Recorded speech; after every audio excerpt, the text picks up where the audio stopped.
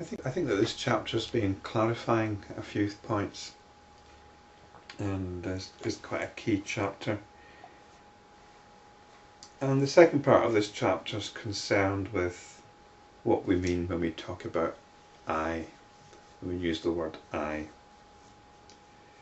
Sometimes the word I is simply associated with the ego, which must be transcended, and sometimes it refers to the absolute.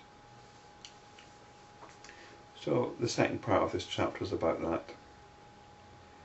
Vasistha continued.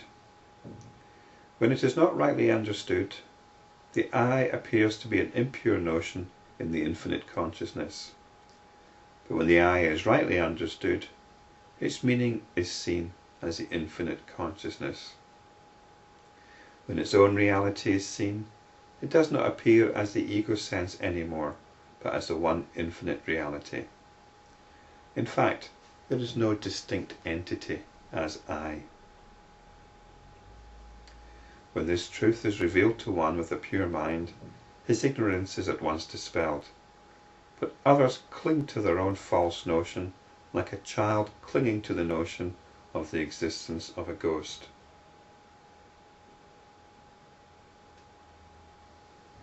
When the I as a separate entity is thus known to be false, how can one believe in the other notions of heaven, hell, etc. that are related to it? Craving for heaven, and even for liberation, arises in one's heart only as long as the I is seen as an entity. As long as the I thus remains, there is only unhappiness in one's life. And this notion of the I cannot be got rid of except through self-knowledge. When one is possessed by this ghost of I-ness, no scriptures, no mantras, nothing enables one to get rid of it. So the only thing you can do is transcend it. And as always, it's about looking at where the attention is and turning it back to itself. No scriptures, no mantras, no spiritual practice can lead you to do that. You either do it or you don't. And when the attention is resting in itself in pure awareness, notions of the world as an object of perception, which is what the first part of the chapter was about, and now notions of the I as an ego also disappear or get transcended. Only by the constant remembrance of the truth that the self is a pure reflection in the infinite consciousness does I-ness cease to grow. I suppose a constant realization of this truth. The world appearance is a juggler's trick. All subject-object relationship between it and me is foolish. When this understanding takes root, I-ness is uprooted. When it is seen that it is the I that gives rise to the notion of a world, both of them cease in peace. However, the higher form of I-ness, which gives rise to the feeling I am one with the entire universe, there is nothing apart from me, is the understanding of the enlightened person. Another type of I-ness is when one feels that the I is extremely subtle and atomic in nature, atomic in the sense of fundamental, and therefore different from and independent of everything in this universe. This too is unobjectionable, being conducive to liberation. But the I-ness which has been described earlier on is one which identifies the self with the body. This has to be abandoned firmly. By the persistent cultivation of the higher form of I-ness, the lower form is eradicated. It seems to be talking about beliefs again here, and we've got to be careful with that. It has to be, the attention has to be realized, not believed. Having kept the lower I-ness in check, one should resort to the higher form of I-ness, persistently generating in oneself the feeling, I am the all, or I am extremely subtle and independent. In due course, even this higher form of I-ness should be completely abandoned. Then one may either engage oneself in no activity or remain in seclusion. There is no fear of downfall for him.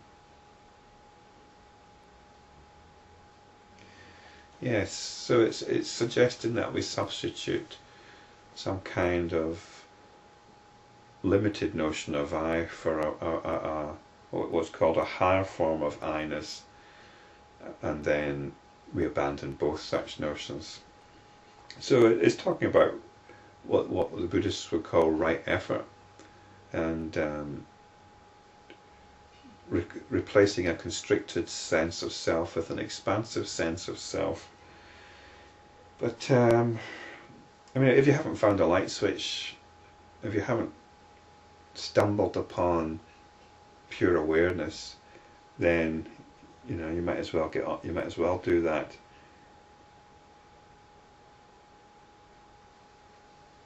But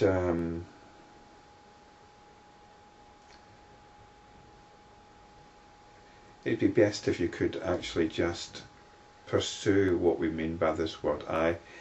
And when you do stumble on this pure awareness, and it's the only way to find it actually, is to stumble upon it. When you have stumbled upon it, it's sometimes difficult to appreciate what it is, how ultimate it is. When you stumble upon this awareness, it's sometimes difficult to appreciate how profound that it is. And in that sense, it's good to know about this higher I-ness, this higher sense of what we mean by I. Because otherwise, when you stumble upon this, you might not realize what you stumbled upon.